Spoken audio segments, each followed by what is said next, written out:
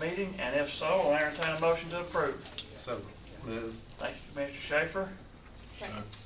Commissioner Allen, I believe, beat Mr. Jernigan out on that one. All those in favor say aye. Aye. Opposed? The motion passes. Mr. Beatty, investment report. Thank you, sir. That's we're gonna move you to the bottom of the agenda, just out of spite, I believe. You know. Just always threatening. Threatening. We didn't have any bids this month. LGIP rate was 0.11, and our other investments are consistent with what we had last month.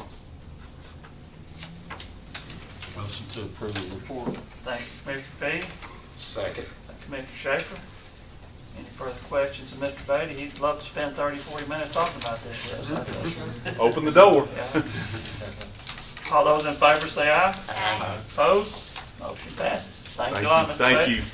Fund condition report. That's no one. Okay. Start, we've got two to deal with. We've got one, we're gonna talk about how we did, 14, 15, and then our little month of July, which, as we always say, June 30th lasts 3 weeks for us. We just keep it open. All right, so we'll start with our development tax. In June, we received $375,750. That brought our total for the fiscal year to $3,342,000.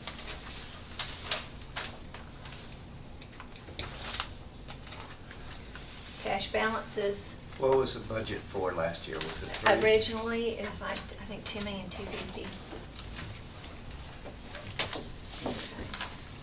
In June, our cash balance totaled $216,066,318, with $177,401,000 being operating funds, $38,665,000 being borrowed funds.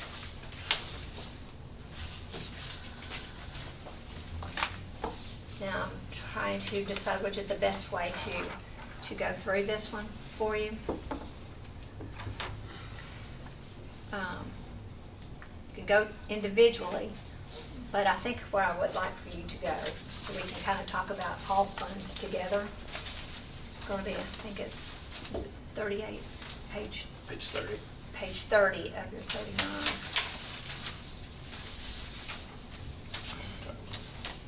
If I can get to it. Yeah.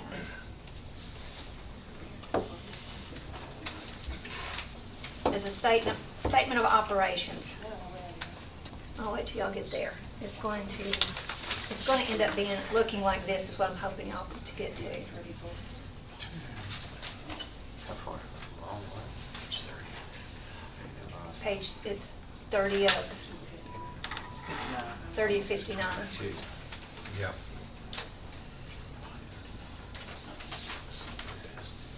What you got it? Okay. Okay, so the part on top is on a budgetary basis.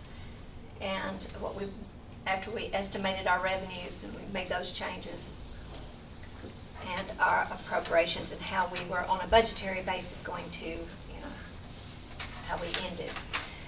That on the bottom shows you how we actually did. So if you follow, if you can see on top, the county general fund, our estimated revenues was $87,354,000. After we closed our books, we had $87,903,000. Our appropriations, we estimated at $87 million in the county general, and we actually spent $82.4 million. So we returned, or did not spend, $4 million. $2 million of that had to do with salary and benefits. When we budget for every single full-time position for the whole year, as if they're going to be here for the whole year. But generally that doesn't ever happen. So that's where we typically get savings. The other are 300 accounts, which are your, services. Services are, we did not spend about $1.2 million there. And within the 100s, the salary and benefits and the services, that's where the very bulk of our money came in that we did not spend. So you see how we budget on top, and you can just eyeball each one and see, well, how did we perform by the fund? So we gained our fund balance in county general. We gained about $1 million, not quite $1 million, in solid waste. Ambulance, which we already knew that we were going to lose. Our appropriation, our actual expenditures were above our revenue, but just reminding, we did move a penny out of the county general into the ambulance for the 15-16 year. Schools gained $2.5 million. Is that right? Cafeteria is pretty close. And we lost, I say lost, meaning that our revenues were under our expenditures and debt service. So we maintained our, pretty much our balance what we had in debt service moving forward into next year.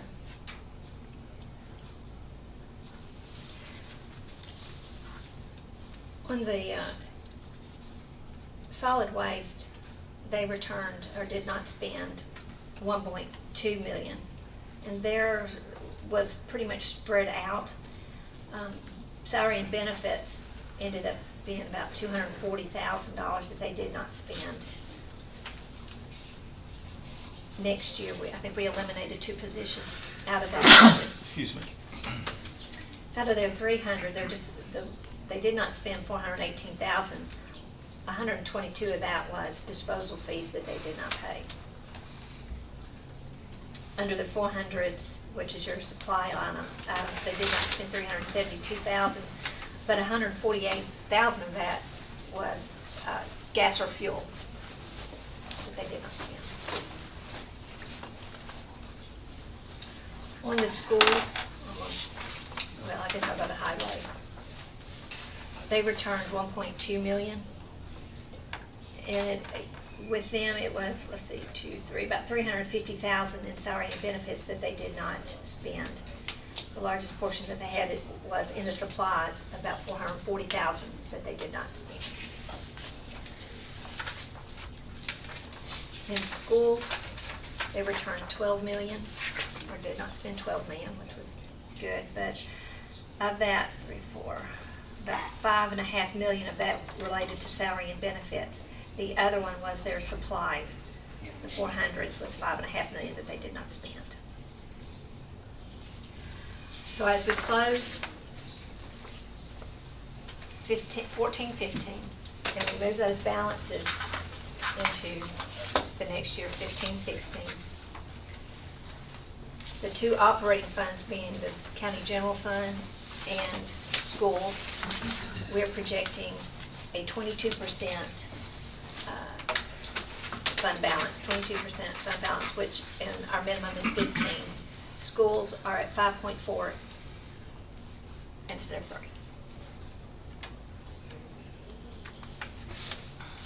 On the top part of this chart, it says for the schools, the estimated unassigned fund balance is about $4.1 million. Mm-hmm. Now, was that was our estimate for the unassigned fund balance before we closed the books? And of course, it came in better than that, but were we estimating that we weren't going to be at our 3% before we closed the books? No, we were still projecting a 3%. What's the 4.1 million then? It looks like the required fund balance for schools is 9.2 million. That's an unassigned fund. That's unassigned. You have to, okay, on this one, you have to kind of group that assigned fund balance and the unassigned fund balance together to say this is what our fund balance is at the end. The the assigned fund balance of the $11,825,000, that's the amount that we are going to budget into 15-16. Okay, so You know what I'm saying? So we met the 3% because we need to combine the you have to combine the 2. the two. Okay. Yes. So we actually write it 16 instead of Right. minimum of Yeah, 9. you add the 2 together when you close and say that's right. So when by the time we close the books, and you combine the assigned and unassigned fund balances, then for the schools, they came in about $13 million better than we had been planning when we were budgeting. Right, and as I said, 12 of it was the, what they did not spend. They did not spend 12. Mr. Sandvig is saying that. Well, yeah, we weren't, it came in better than planned. Oh, yeah, it but came in not better that than much planned. Better than planned, It came in better than planned. yeah. Governmental budgeting, which I say all the time, is you have to expect to spend every penny that's budgeted, and you have to expect the worst-case scenario on how much you bring in, and those two make up the, on this size budget, several $1 million.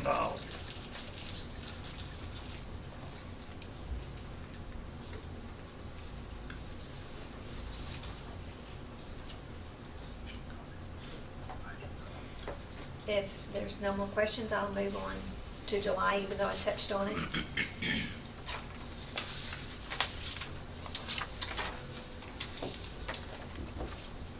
July, we received $264,750 in development tax. Starting out pretty strong.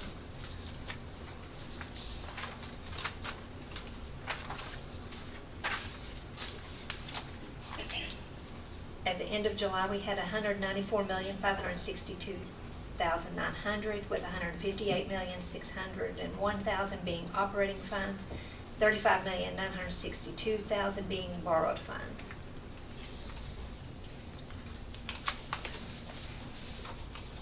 There is one thing that I would like, if you would go ahead and do this.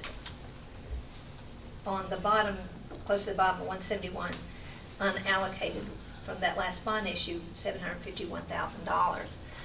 Now, in our budget process, we talked about the ambulance, that we were going to allocate $725,000, but really there was nothing formal that y'all did. It was in the ambulance budget, and it was pulled out, saying that we would do it, but I really just didn't have a record showing that y'all agreed to allocate $725,000 toward that project. So how much is in the actual budget that we, for this year, 725? Well, $725 is what the ambulance had requested. I have unallocated from that borrowing that we did in 2015 of $751,000. I mean, if you want to go ahead and allocate it all, and I think it'd be wise if we do. I mean, it's not, that much, I and mean, it's we just have going to to put together sit. 26,000 right now anyway. So you want a motion to move that To move unallocated to ambulance. entire amount? Motion. Thank you, Commissioner Jernigan. Second. Second, Commissioner Baum. Any questions? This is just a little housekeeping from what we've already discussed in the past. We've discussed it, but nobody's ever Yeah. voted on it. Never actually officially. Or get through making his notes here. Just Ready to call the roll? Yes. Commissioner Allen? Aye. Commissioner Baum? Yes. Commissioner Jernigan? Yes. Commissioner P? Yes. Commissioner Schaefer? Yes. Commissioner Jordan? Yes. Motion passes. Moving right along. Okay. So as I said, there's not a whole lot of activity on our revenue. Did those, Revenues did not get in there. I was going to just take it of the, out. Revenue numbers. okay, well, We can talk about it. I do want to talk about it. You say whatever you want to, because it's not even plain. Well, it's not in there, and I hate that it's not, because I did want to go back and talk about the revenue on the, And I'll add them in here if anybody wants to go back and look at them at a later date. Yeah. They will be on SharePoint. it's so. just comparing where we were, and it's really no different than what you already have in here. But I did want to make note that,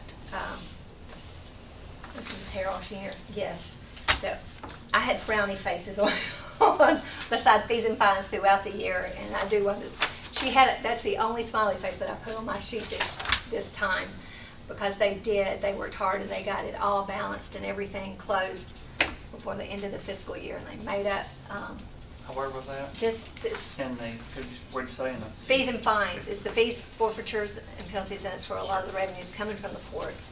And, yes, they So they overcame and They brought overcame and everything in. achieved and actually came in $40,000 more than the prior year. Thank you very much. Is that about it? That's it. Have a motion on Ms. Nolan's report. I feel sure we all look forward to that penny for penny.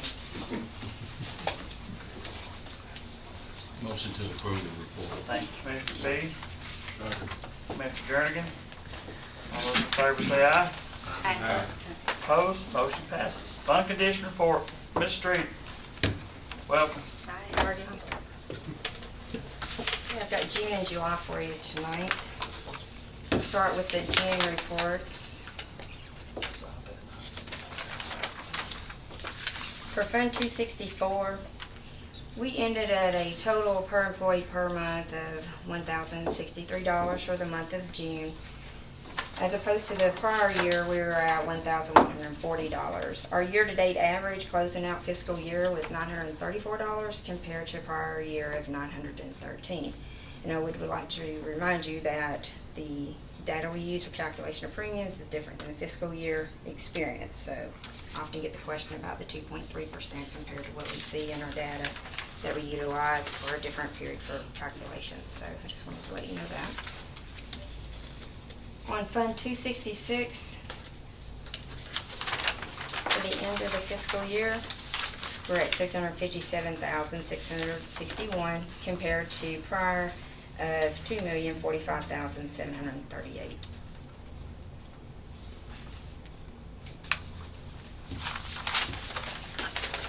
Okay, you ready for July? Fund 264 for July ended with a per employee per month of $894 in our self-funded claims. When we add our on-site medical, our per employee per month increases to $931 compared to prior year of $853. In Fund 266, we ended the month of July at $53,534 compared to prior year of $90,939.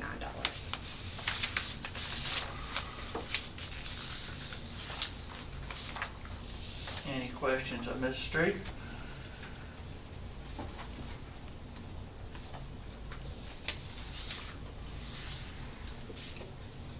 If not, we'll entertain a motion to approve both months.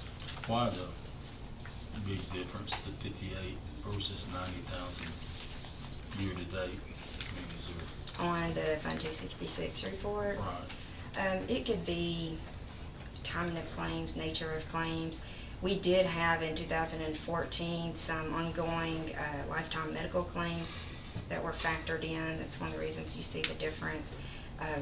It's just an individual claim basis, and our claims count fluctuates month over month by 2 or 3 claims. so it really doesn't mean anything to Not us? at this point. It's too early to see how the year will pan out.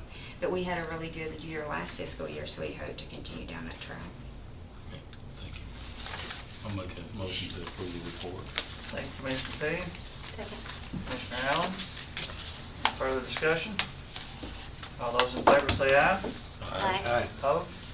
Motion passes. Thank you. The general fund budget amendment for the 2014 Homeland Security Grant. Mr. Cass, will you join us, please?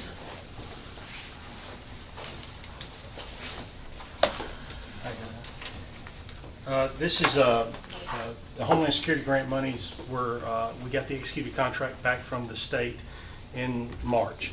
So the other jurisdictions who have some of the projects on this, they start spending the money. Well, of course, they can't get it spent in a smart way by June, the end of June. So this is simply the rollover into this year of those funds. Any questions on this? Probably in the first one, in that last one of these we'll see tonight. First meeting of the year. There's 2 on that one page. Yes, there's another one. I If you didn't know want if you were to taking just away. cover the 22, you'll see the next, it's related to the energy grant, and you Yep. probably need to talk about accepting that before we vote on the budget amendment on that. Yes, we were awarded the Clean Tennessee Energy Grant to do some work to the building. The 2 things they approved was to improve the insulation to the roof with about 1.5-inch foam product is what we're looking at. And the other thing that we're going to do is replace all the lights with LEDs. The foam on the roof will pay back in about 5 years. The LEDs will actually pay back in 2.5 on just energy savings. So since the roof was about to need work anyway, I figured this was a good deal on that. The only thing that I couldn't get out of this, if y'all remember, is I really wanted to get the old decrepit air conditioners replaced in the building, but that would have taken an 85-year payoff. So that got pulled out. So, but that's what this money is. It's a 50% match. Our part of it can also be in kind, meaning labor and such as that. So it's a good deal for stuff we're probably going to have to do anyway. How much of the in-kind will you be able to do with labor? I'll have to work that with Ben Mankin over at maintenance. We put him for the thing. He's responsible for the maintenance of the building, so I have to work that with him. But there's been other departments that's been able to utilize different forms of labor to do some of the jobs without having to farm it all out. So I don't have an answer for you that right now. We will here in a couple of months. Do you know how old the roof is? The part that we're putting this on there, if you know the building, it's the old armory. The flat portion has a roof on it that's still under warranty. That's not the problem, and it's still holding up. That round part that's corrugated tin, basically, that's the one where, when you drive by, you can see the rust. Well, rust equals leaks, and that's what drove the train in the first place. So I don't know how old that is, but it's also out of warranty. It has been treated, but not in the way we're about to do. We're putting something on that's pretty heavy duty, pretty thick. I think it's going to last us a lot longer. It is an 85-year-old building, but I think we can get quite a few more years out of it if we take care of it. Motion approved. Thank you, Commissioner Jernigan. Okay, we need to make a motion on the Homeland Security Grant budget amendment. The clean energy will actually be on next item, so. We can't put those together as one. Well, we need to also accept the grant, so if y'all want to accept the grant, you could put it together as one, but that also includes accepting the grant and the budget amendment for the clean energy. Let's just So do the grant first with the Homeland accepting the grant and giving the mayor or whoever the responsible official is to do all the signatures and all. If someone will make that motion, we'll just break this up, make sure we've got it all neat and tidy. Would that be your motion, Commissioner Jernigan? Yes. This is for The grant. the grant, okay. Grant acceptance and signature. Okay. Second. Thank you, Commissioner Schaefer. You feel comfortable with that? Yeah, that's fine. Any further discussion? Call the roll. Commissioner Allen? Aye. Commissioner Baum? Yes? Commissioner Jernigan? Yes. Commissioner Peake? Yes. Commissioner Schaefer? Yes. Commissioner Jordan? Yes. Okay, now we need another motion on the other On the Homeland Homeland Security. Security. Homeland Security part. Any questions on that or motions? Make a motion approved. Thank you, Commissioner Jernigan. Second. Commissioner Baum? Any further discussion or questions? Okay. Part of this one can be in kind, it doesn't have to be money? Is Talking that- about the Clean Tennessee Energy Grant? Yeah, it can't be in kind. We may be mixing up our We're on the grants. Homeland. No, we're doing the We're on Homeland the I Security. thought we were on Homeland Security. Homeland Security is for, and I don't have a list of, because when we first did this in the last fiscal year, but I apologize, I don't have the breakdown of the individual projects. But that's training and equipment. I think a good chunk of this 22,000 is for stuff for SORT. If you want me to come back at a different meeting, I can bring you the breakdown and what's already in the hopper. But this is things that you had seen before. This part is a carryover. from Yes, last this is year. carryover. So this is all stuff we've approved. The same first forward that get done by the end of the year. 22,812, that's. We end up inverting our two grants right here and approving the second one first, the first one second.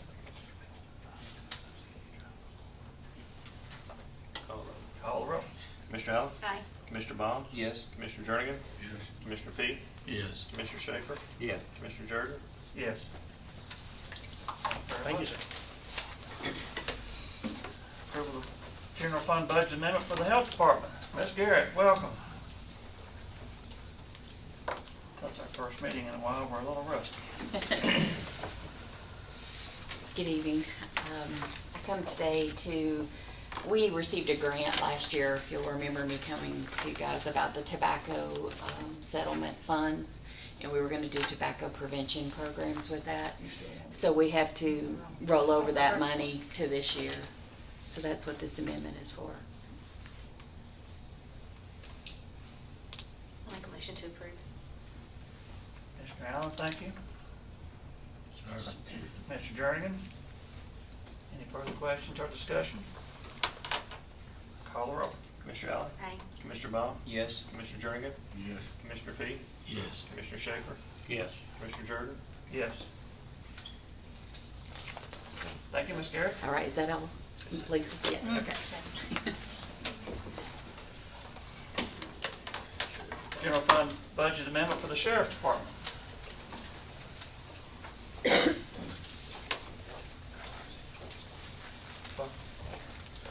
Sheriff Arnold. How are y'all? Ms. Jacobs.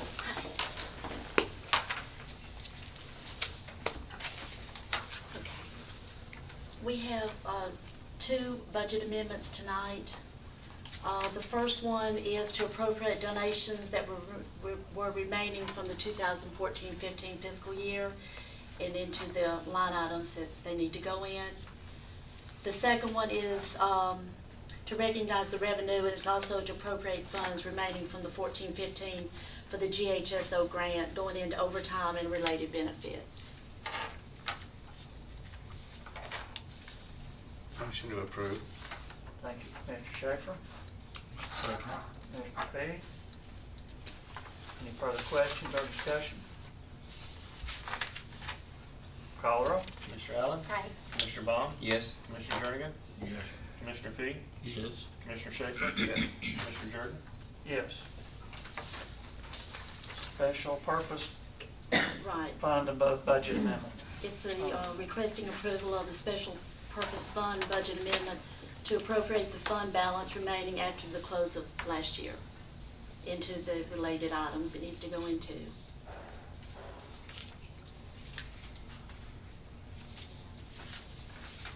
Any questions? Motion approved. Thank you, Commissioner Jernigan. Second. Second, Commissioner Baum. Any further questions or discussion? Call the roll. Commissioner Allen? Aye. Commissioner Baum? Yes. Commissioner Jernigan? Yes. Commissioner Fee? Yes. Commissioner Schaefer? Yes. Commissioner Jordan? Yes. Thank you very much. Thank you. Y'all have a good night. Agreement with AARP Foundation for Agriculture Extension.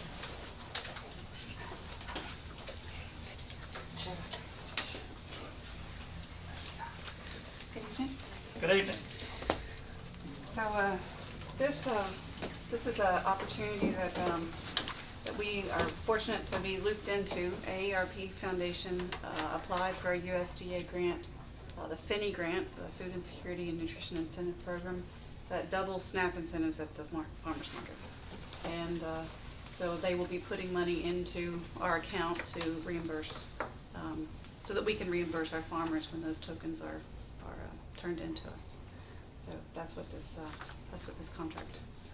And they get Summarizes. a maximum of $10. Right, it's a maximum of $10 per market day that an EBT recipient can use just for produce at the market. And so if they spent $5 from their EBT card, they would get $5 of an incentive. If they spent $20, they'd walk away with $30, up to $10. So it's a 4-year grant. We would start this September, mid-September, and it would run all the way through 2018. So it's a great opportunity for the market. We've had a really successful run with our token program at EBT. We've seen over $20,000 in the last 4 years of EBT spent with our local farmers. So I'm happy to spread this a little further. While you're here, Ms. Becker, why don't you go and tell us what the hours are for the farmers market and where it's located, just in case somebody out there might want to. It's a great organization, it's a great program, and well, the Rutherford County Farmers Market operates from the second Friday in May through October. on every Tuesday and Friday from 7 a.m. till noon. So we have classes every day through Agriculture Extension. It's a unique market because of Extension, so we have a lot of education for the customers and for the vendors. So we work hard to make it a good place for the community, and I think this adds to it. Locally grown. Locally grown, we are a Products. producer-only market, which is unique. We see about 25–30% of our farms every year cycle through going to farm visits and ensuring what's on the table that you buy is what's in the field. So, It's a great program. thank you. And the token thing has really worked out really well the last few years. With It has. allowing people to use the EBT cards to get healthy food instead of going to the grocery store and buying potato chips with them. That's right. Something like that. But And keeping those dollars locally is a big part of it. Does this have anything to do with the 99-cent lettuce that Kroger sells, for example? I'm not familiar with it. Well, that's locally grown, and you get romaine, leaf lettuce, and this, and a lot of times it looks better than the other.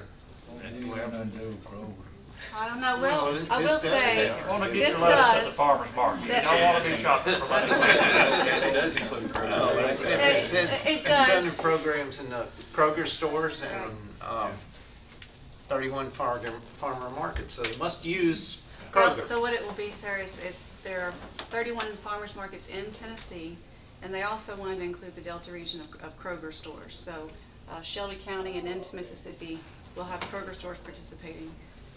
Tennessee actually sort of lobbied for farmers markets because we wanted to push farm local foods more. So we should. I don't expect to see that in our Krogers. I mean, they have a little bit of a different program than farmers markets will. So, similar, but not the same. Mr. Pete, do you have a question? Then I had a motion to approve this grant. well, we'll take it now then. Thank you. Second. And second, Commissioner Allen. Any further questions or discussion? Call the roll. Commissioner Allen? Aye. Commissioner Baum? Yes. Commissioner Jernigan? Yes. Commissioner Peak? Yes. Commissioner Schaefer? Yes. Commissioner Jordan? Yes. Thank you, Ms. Becker. Thank you very much.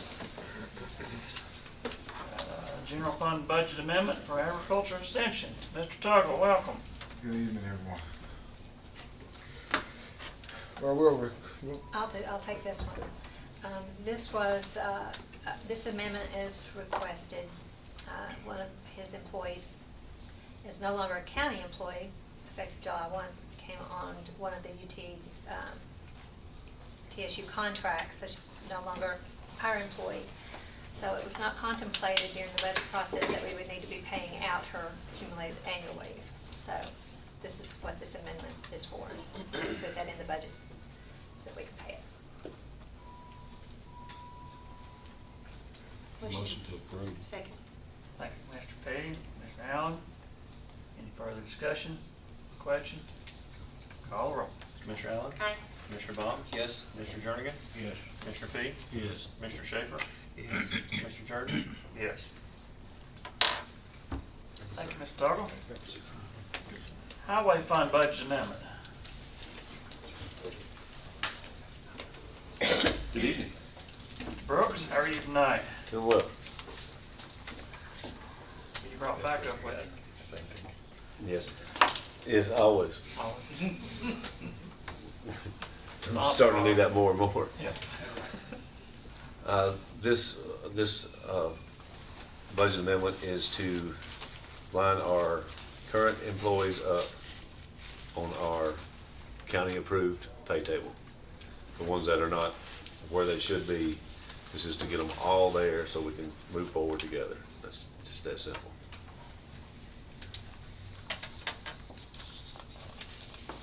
Mr. Mayor, I take it you're in support of this? Yes, sir. Okay. He presented this Well, to the Public Works Committee and explained. As well as the road board. Yeah. And the road board, yes. Yeah. Get everybody on the same page, that's always Yeah. Yes, sir. a good thing to do, in my opinion. Move to approve. Thank you, Commissioner Jernigan. Second. Mr. Allen, further questions or discussion? Well, guess I'll ask the obvious, how come they're not right now? Is it just Well, a lot of our through accounting things, or? Well, the method of determining what the wages have been historically has kind of been all over the board. I mean, and then, so this is just an opportunity to, you know, I know I just brought my budget, you know, a balanced budget to you recently, and now I'm here with a budget amendment. But I wanted to, and this was planned all along, but I wanted to make sure that the money that we had left that was going into the fund balance would cover this, you know, getting all this done at one time.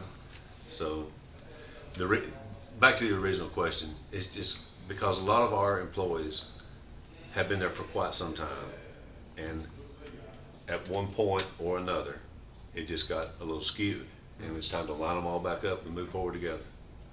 And that's what this speaks to. Jobs have changed over the years, and more, they've done more, and et cetera, and people have, Right, others have been. and responsibilities, you know, have certainly changed as well, so, yes, that's what this is about. And the best of my recollection, this is the first time since I've been here that the highway budget came in balanced. It's always been considerably out of balance, but always made it up during the year. But Right. this year we started off balanced, which is Right. a step in the right direction. And actually, this roughly 126,000 and some change, just gets me out of balance by approximately 44,000 or something. So it's still a very good budget in my Yeah, opinion. well, and too, you returned 1.2 million. I mean, you increased your fund balance 1.2 million, so. Right. That was due to some higher than projected fuel tax collections. So that's always good. But you know, if they can be higher, they can be lower as well. So you have to kind of plan for the worst. So. We've got a motion and a second. Any further discussion? Call the roll. Commissioner Allen? Aye. Commissioner Bond? Yes. Commissioner Jernigan? Yes. Commissioner Petty? Yes. Commissioner Schaefer? Yes. Commissioner Jordan? Yes. Tennessee Department of Transportation contract for highway department. This is you too. Okay. You didn't know that, did you? This is just. My deputy has to remind me about this particular one every time, apparently. This is just a local agency agreement with TDOT. They are doing a safety project on a route that includes a small portion of Sulphur Springs, Leanna Road, part of Leanna Road, Leanna Swamp Road, and Central Valley, and this is for signage and signalization. The signalization would be striping and lane markers, snow plowable lane markers, and this is just, they've asked Mr. Burgess to sign this contract that would put the maintenance responsibility, once this project is finished, on the highway department, and it'd be a great thing. It's, as you know, a highly traveled route. Yeah. So any improvements on that route will be welcome. I know y'all are doing some shoulder work out on Blackman Road. We'd be glad to have some of that on Sulphur Springs also. Entertain a motion to approve. One thing at a time. Put in a plug for my district while I'm here. So moved. Thank you, Commissioner Petty. Sir. Commissioner Jernigan. Call the roll. Commissioner Allen? Aye. Commissioner Bond? Yes. Commissioner Jernigan? Yes. Commissioner Petty? Yes. Commissioner Schaefer? Yes. Commissioner Jordan? Yes. I have a question for you before we take off. I've recently been doing some paving in different areas that I've noticed, but I've noticed this in a couple areas. Before you actually came in office, the Hallsville Pike was paved and restriped, and it's a double yellow line for 16 straight miles. No passing anywhere on that highway. And I've noticed there's some other roads that are being paved, part of Old Woodbury Highway, where there's some long straightaways open that are double striped. I just noticed some recent paving that are double striped. And I'm Recently. Yes, as in this week. Okay. But anyway, my point being, I don't know who decides the striping. I asked the old road superintendent, and he said the state decided. I called the state, and they said no, the superintendent decided. So I want to know who decides where we have passing lanes on these open highways and why we're not having them. Well, my policy, you know, just on a personal level, is to go back the way it was. If it was striped with passing zones, then restripe it with those same passing zones. If it's in doubt, I think a no passing zone is probably the lesser of liability wise than, because a lot of engineering has to go into determining where these passing zones happen. You know, alignment, visibility, driveway connections. There's a lot of engineering studies that would have to go on into a legitimate striping And effort. I don't disagree with that, and I don't claim to have knowledge along those lines, but when I see 16 miles of no passing anywhere, there's a problem. And also, you and I can go take a ride, and I'll show you some more that I think are questionable. Yeah. But the only reason I'm just asking you to review that. I will, moving forward, I will look at it a little closer, but you know, Halls Hill, They done that like that state did, called the shoulders and everything. it doesn't have any shoulders. I mean, so. That's why I drive in the middle of the road. Yeah. Yeah, so, you know, it's, But anyway, I've had some constituents complain to me about there being no passing where in the past there had been passing. Yeah. And the Halls Hill Pike, there's probably not, but maybe 3-4 places that I can think of that, you know, where you've got some long open areas. I'll give you one, for instance. You've got a half-mile straightaway from Bivens Hill Road to the river. Mhm. I see Ted shaking his head. He knows that area too. But I mean, when you see a place like that and there's no passing, it makes you wonder why. Of course, that one actually has some shoulders in that area. That's why I brought it up. Anyway, if you don't mind reviewing those, I would appreciate it. I will, and I'll also look into, you know, what protocol will be as far as engineering studies to make sure that we are doing everything we should to lessen the liability. You know, we don't want to make a mistake on that. That's Well, and like I said, I don't want to second guess you. You know, you go look at it and say, hey, it needs to be double lined. I'm good with that. But I want somebody to review it. And two, I don't like it when somebody tells me he said it had to do it this way, and this guy said no, it was them that said we had to do it that way. For the record, that wasn't me. Okay. Well, I know it wasn't Yeah. you, because this was prior to you actually right. coming in. Well, office, Halls Hill but- Pike, it's been several years since it's been repaved. That's what the state young does, like they think it ought to be done. Yeah. Well, like I said, the state told me it was road superintendent when I asked, because I asked. That's what Mike told me. I would assume it would That's take. what Mike told me too. I would assume it would take a full-blown engineering study to actually make sure that that's done right.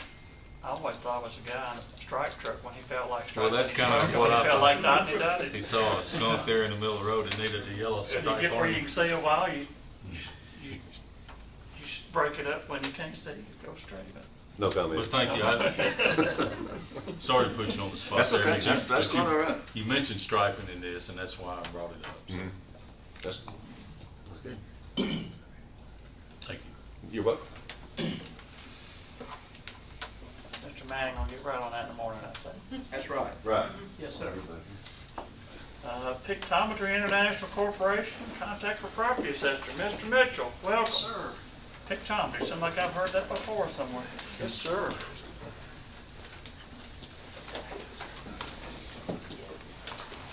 We're happy to announce that we have a contract.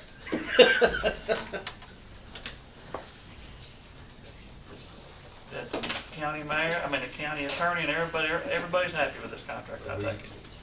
Commission gave permission to use an attorney that specializes in software review, and they, over the past several weeks, this has taken place, and so they have reached a final conclusion and agreement with Pictometry that the document is in order. I'll make a motion to approve. Thank you, Commissioner Schaefer. I'll second this motion, but I want to make a comment along the lines with this. We do a flyover for the county. And I'm not sure, I think it's every other year, every 2 years. And it's pricey. And we're now doing a second flyover. I don't know what it's going to take to get these flyovers where we can do one. But we need to diligently work at doing that and see if we can't save some money. But whatever it takes to make that happen, I would appreciate your help with that. And of course, Mr. Robinson and the mayor's help on that, but I really hadn't planned on voting for this. I don't think I did on the budget, but that's why, because I don't like double paying for a flyover. You're talking about GIS and pictometry? Right. I mean, I think it will be probably likely we can do that. Early on with this and with pictometry, it is not of the same, what would you call it, Mr. Mitchell? It's not engineering accurate. Now, I'm not saying that they are not there now, but it has not been previously, okay? So that's been the difference. Hopefully we can get that It may resolved. be, yes, that possibly that can, I've spoken with Bob Locke, who's the vice president of Pictometry International, and he told the local representative that they can meet whatever standards we have out because they also do the GIS for Knox County. And he said, we want the business, whatever it takes, be competitive, make it happen. Well, So I assume that's a competitive bid, so Mhm. you'd be open for a competitive bid also, I assume, if it was someone else, yeah. Well, at this point, this is a multi-year contract. Yeah, this is a They multi-year I understand can that, but add I'm the- saying They can add the other into it. in the future, when we have these bid though, I mean, a competitive bid is a competitive bid if it's apples and apples. that's right.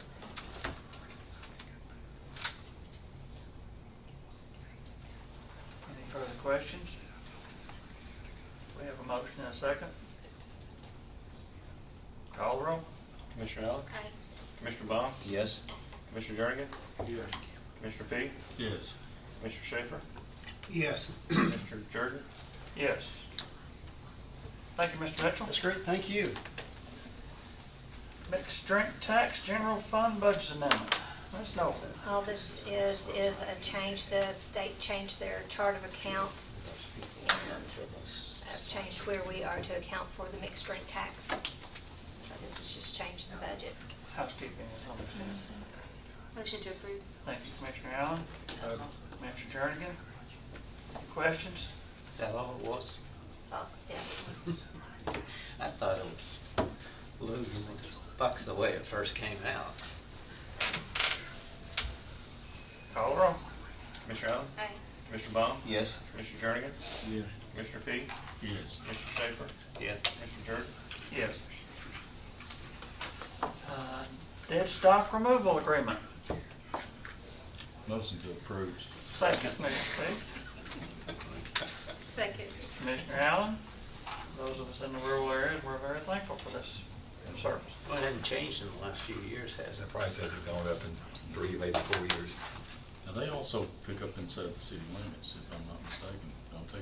They pick up anywhere in the county, I There is believe. a- That's what I thought. Well, the reason I say that, I've seen a lot of dead deer in the city limits in this last year. So the people out there in the city that, have a problem with livestock being deer, large animals like that, these guys, if they'll call, they'll also pick them up. Do they pick up the deer anywhere, or does the Yes. the other one? This There's not another one to pick it up. We do have a service with animal control that incinerates all of our animals. I thought there was a minimal weight at one point in time, years past, that'd be at least a I don't know what it's 100 in. pound or 75 pound or something like that, but that may be I don't ancient remember that, history. so. But, I will need to follow up on that, Mr. P. I mean, the contract, just reading it straight up, it talks about domesticated animals in excess of 75 pounds. And Mr. Schaefer may be right, this other firm that we take and they come and get our cats and dogs. Well, I know they. Somebody has picked them up, because I know that we've called someone I think it's them about that pick one. up the I have the office call. wildlife. but- This group actually picked up a deer from my place. So that's good. Glad to know they'll be that flexible with us. we get rid of any little kids. Get tired of the buzzards. call the roll. Commissioner Allen? Aye. Commissioner Baum? Yes? Commissioner Jernigan? Yes. Commissioner P? Yes. Commissioner Schaefer? Yes. Mr. Jordan? Yes. Regional Transport Authority contract. Who was that? This is an annual contract that we have with RTA. And it is for $49,220. number we were anticipating? Yeah, it's in the budget, yes, this is just the authority to execute the actual agreement with them. Didn't it used to be 26,000 for us? Move to approve. Thank you, Commissioner Jernigan. Second. Mr. P. Further questions or discussion? Just how much is it going up in the last 5 years? Do we, It's anybody just, remember? just 49,000, it's probably double or more in the I last thought it was 5 around years. 26 a few years So ago. we're still a very small piece. Most of the money that's funding these services is federal money. Call roll. Commissioner Allen? Aye. Commissioner Baum? Yes. Commissioner Jernigan? Yes. Commissioner P? Yes. Commissioner Schaefer? Yes. Commissioner Jordan? Yes. Under other business, I believe Ms. Dahlbarn has something she wants to bring to our attention, so Okay. Actually, I'm here representing the elected officials you see behind you, as well as Mr. Ted Beatty. And somehow I drew the short straw, and that's why I'm here. We come tonight because we want to share a concern that we have about a process, or really the lack of a process that was recently affected, which affects each of us personally, and it has to do with Budget and Finance Department decided to remove the accumulated sick leave benefit from the elected officials' pay without any notice to us or to you or any communication. Part of that process didn't include even researching when this began, how this began, when the benefit, who all had already experienced the benefit. As I began to question, I found it, the only reason we even knew about it was I received, a couple of the elected officials received this report from Budget and Finance, which lists all of our employees, their accumulated pay, their accumulated annual, their accumulated sick, and their comp time. And the elected official has always been listed on this report with just the accumulated sick leave. And that's gone on since 1994. It's not new. That's been part of that. This report suddenly stopped coming to my office for a period of time, and I asked to receive it back. And when I did, I noted that the accumulated sick leave, my name was deleted. I thought it was a mistake. So I contacted Lisa via email in regards to, why, there's a mistake. And she said, no, it wasn't a mistake. She had purposely removed it. She believed it was a mistake that we'd ever received it. So I said, what brought this up was, there were multiple questions that then arose. And the answers I received basically indicated that this was a decision made by one person outside of the processes that we normally take when we make decisions, any decision, let alone a decision of gravity that removes accumulated sick benefit, sick pay benefits that have been accumulated for me personally since 2010, with one stroke of it just disappears from a report. That lack of communication is a great concern to all the elected officials, some of which who are here tonight have yet to receive any communication other than from me in regards to this has happened to you. They've not been notified by Budget and Finance that this was removed from their pay statement. That's concerning to us, and we wanted to bring that concern before you. We've had a couple of meetings in regards to it because we're concerned about different other issues that we just feel like the communication lines have really broken down between department heads and elected officials. This issue was discussed Tuesday night with the steering committee. None of us were notified that it would be discussed at the steering committee. Yet it involves us, obviously. It also involves all the previous office holders, all the way back to 1994. Some who are retired that already have the benefit. The only thing it can be used for elected officials is you can either donate sick time to a sick employee, or at the end of your tenure, and when you retire, it is accumulated and applied towards your retirement. Say for right now, the time I've been in office 5 years, I'd accumulated 2 months extra. So my benefits would be based upon 5 years, 2 months service. It's not actual cash, but it's part of the retirement equation.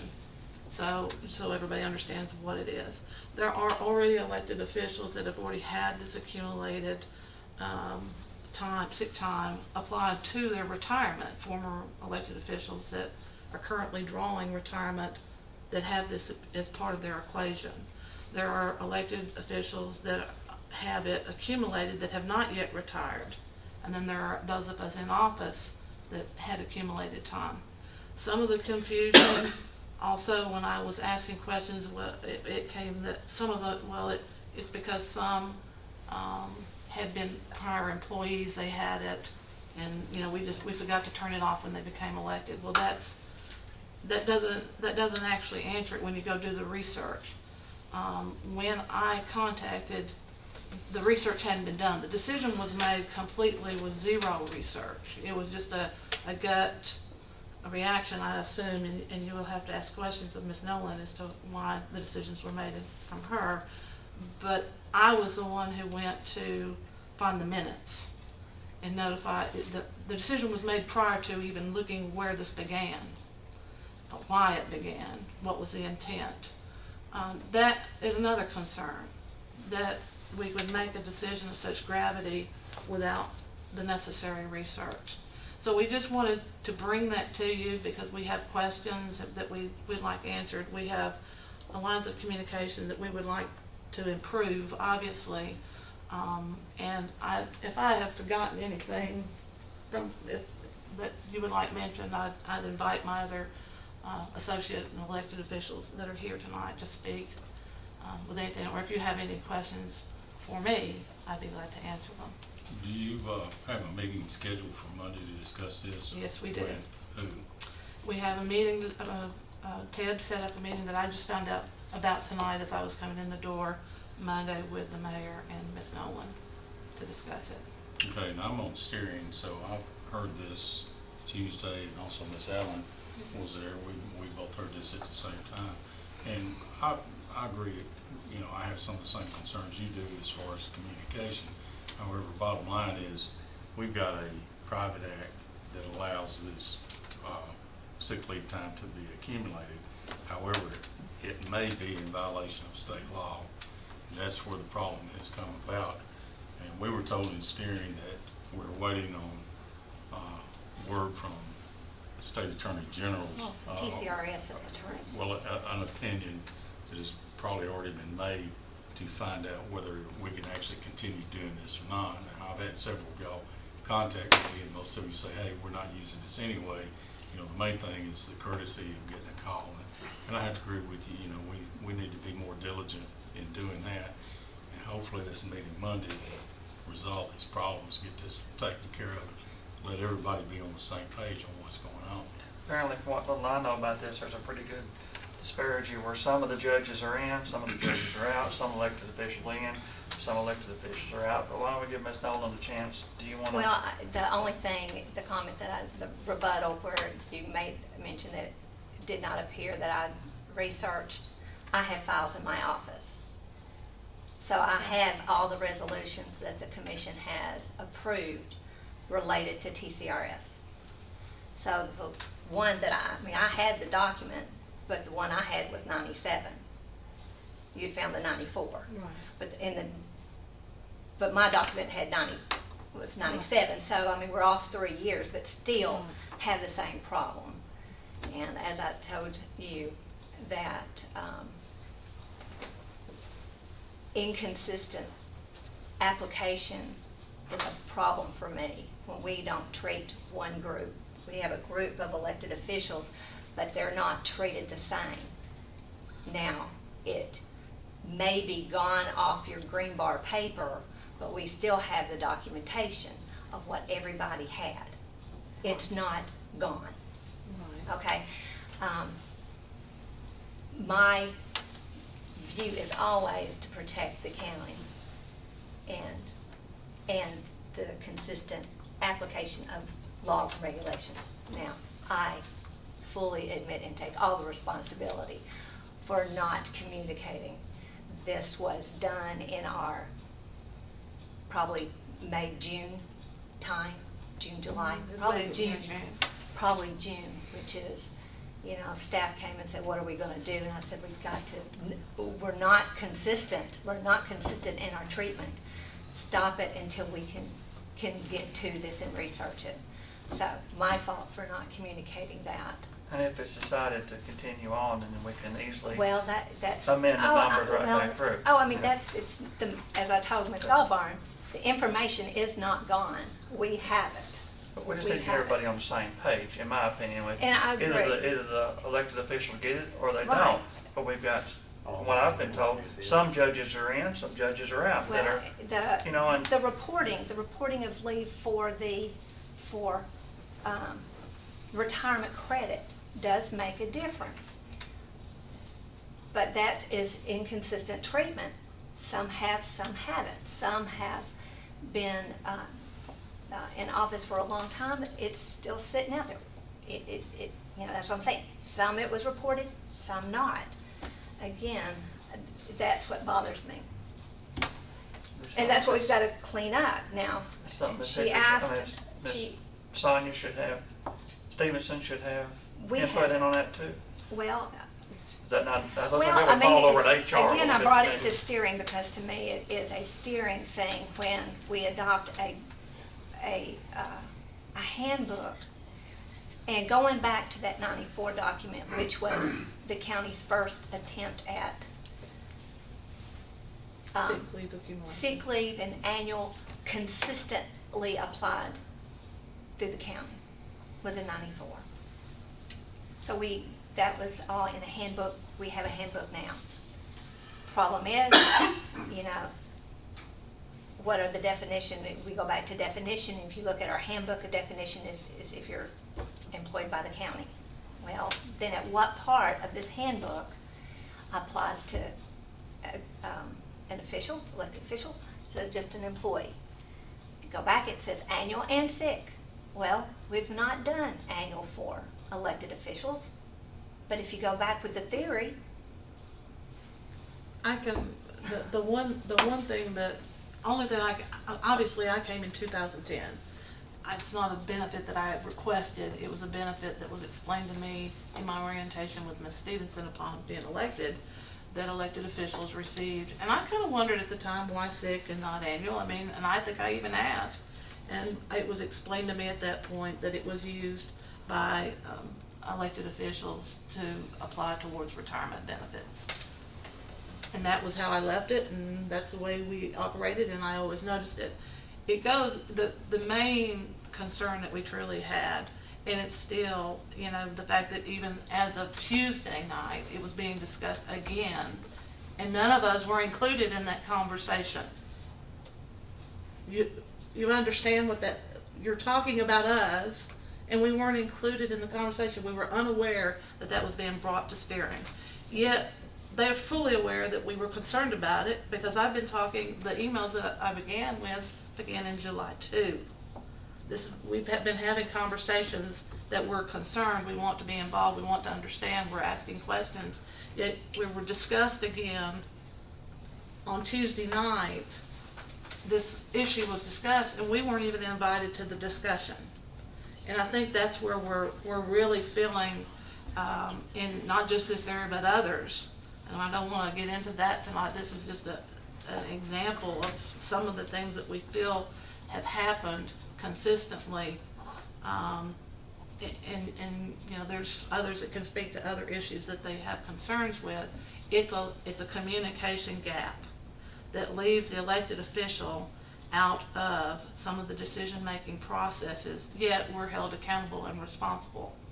We have you know, if one of us was to do this, to remove something from, just erase something with no notification to yourselves or through the processes that we're required to do, we would be held accountable for for doing that. We're just asking to be involved in the conversations, and we are very appreciative that we have a meeting coming up Monday. But I think this is a symptom of a systematic issue. This is not just the disease. This is just a symptom of what we've got going on here. Overall needs some issues of respect between department heads and elected officials, needs some mending for us to govern effectively together. We're asking really, the reason we're here this evening in unison is to ask that we all work towards that together, and that you find ways to aid us in making that happen. And that's really our deepest desire. It's not this issue. This is not, I don't want you to think that the only reason we're upset is because we're losing a benefit that really is not that super significant. It's the lack of communication and being left out of the process, or there being a complete absence of a process in this instance. This was a one-person decision that affected a large number of us pretty significantly, and we just want to make sure that we're heard, that our concerns are, I think, legitimate concerns, and we want to make sure that that's been communicated fairly and openly with everyone, and being completely transparent about it. So I thank you. If there's any other questions or concerns. Well, I appreciate you bringing this issue to our attention. It sounds like the good news is the county attorney's looking into the legalities. No, Not the county attorney. State. Okay, the state attorney is looking into the legalities of this particular issue, and once we get that information, it sounds like the steering committee can meet to discuss it, and it sounds like this committee will be given that information so that we'll be able to discuss it and address it as well. And to your general point about communication, I'll speak for myself, but I feel sure that this committee wants to do whatever we can to enhance communication between you and the other constitutional officers and other department heads and government entities. So whatever we can do to help the communication, whatever I can do, let us know. And so I appreciate you bringing this to our attention, and I want you to feel welcome to bring any issue that you're concerned about to this committee. I'm on it, and I'd be happy to listen to the concern. Thank you very much. I agree with the same thing. You can't have, to me, often, very seldom can you have too much communication. But we got to think, but from our standpoint, you know, we don't really have any say in the matter from whether you get this or not right now, because 9 or 10 of y'all, however many it is, are different than the rest of the employees in this county, because the state has set certain things that when we get so many people in this county that you get X amount more money in this type thing, they've set minimums in that.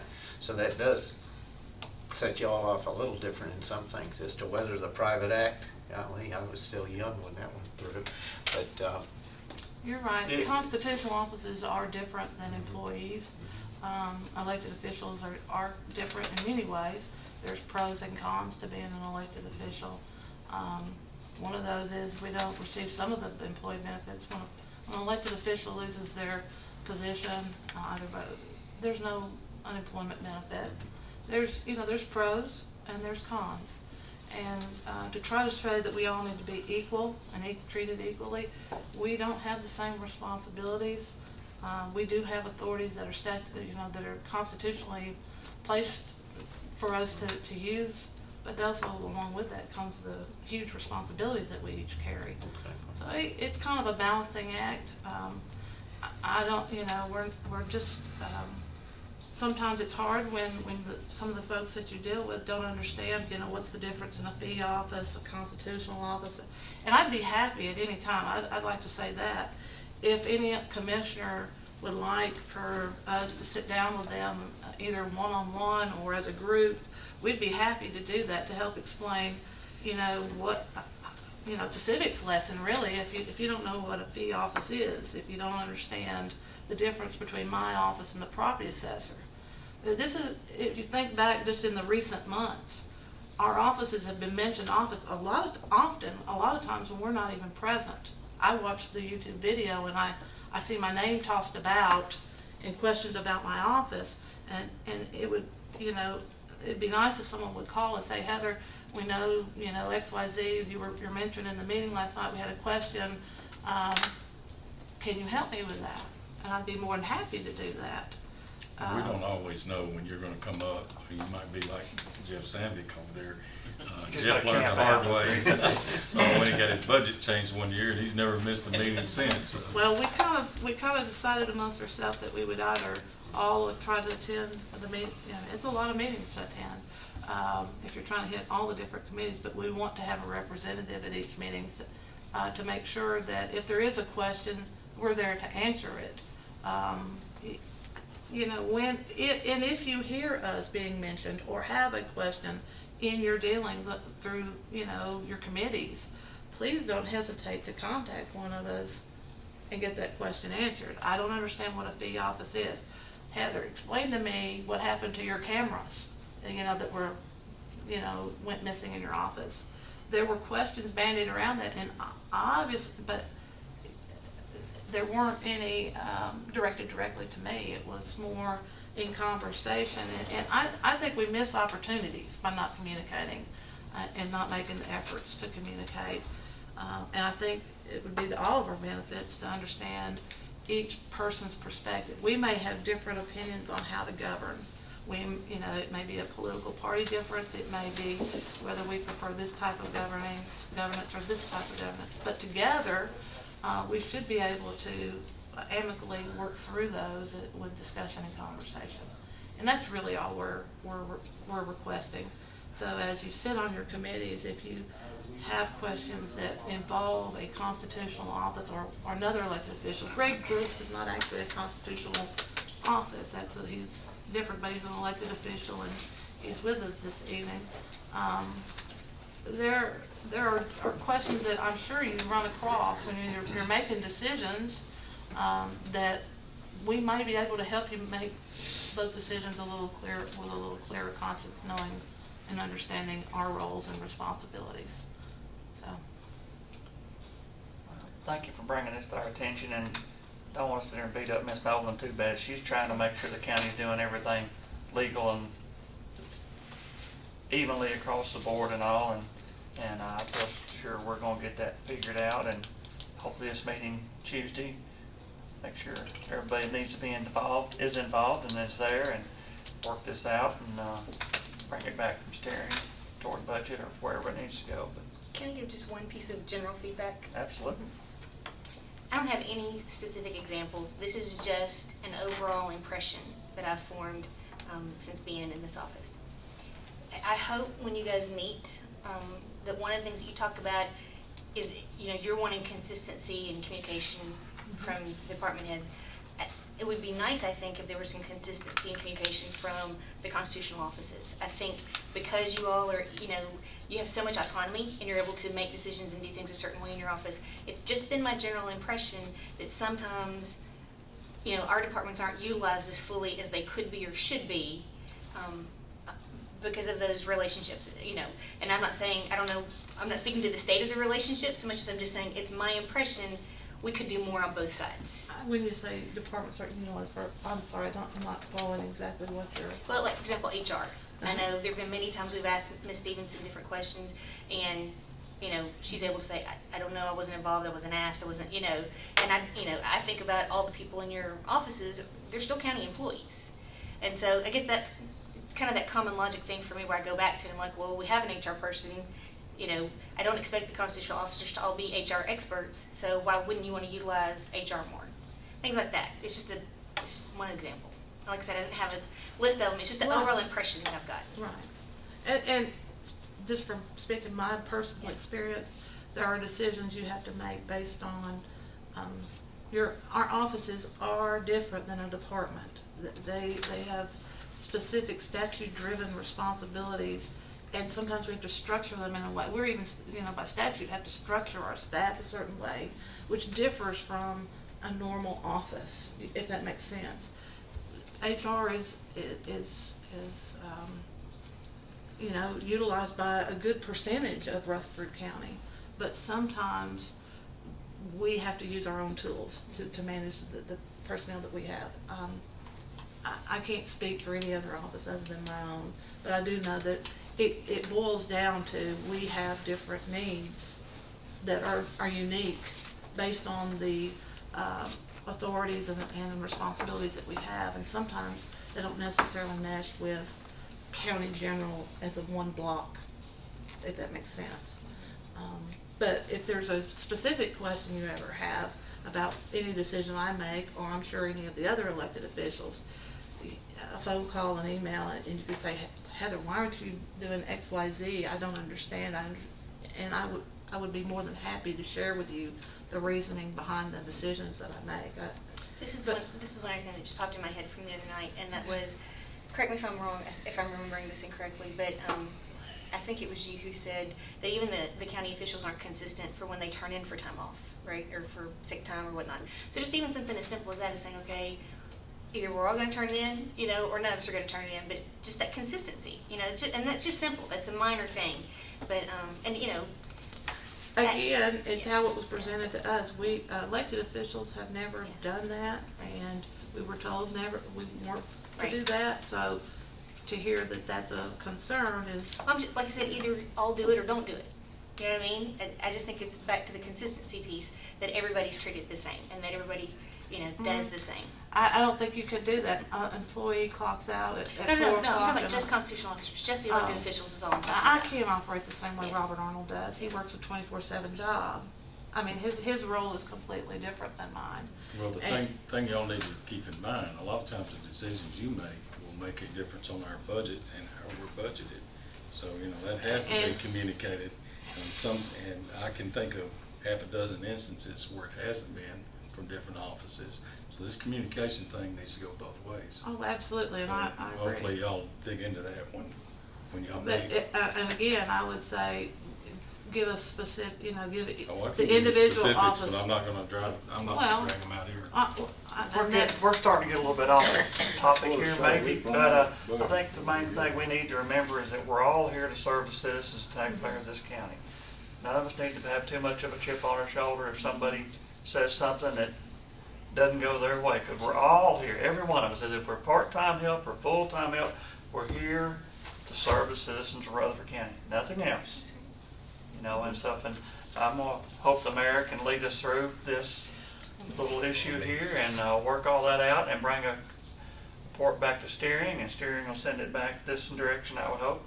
And I think we've about done what we need to do. beat this horse to death right here the last few minutes. So, Yes, we have. is there anything else that needs to come before the committee? Not to cut you off, Ms. Dotmore, but No, I think we've all I'm good. said enough. I'm really good. Anything else needs to come before the committee tonight?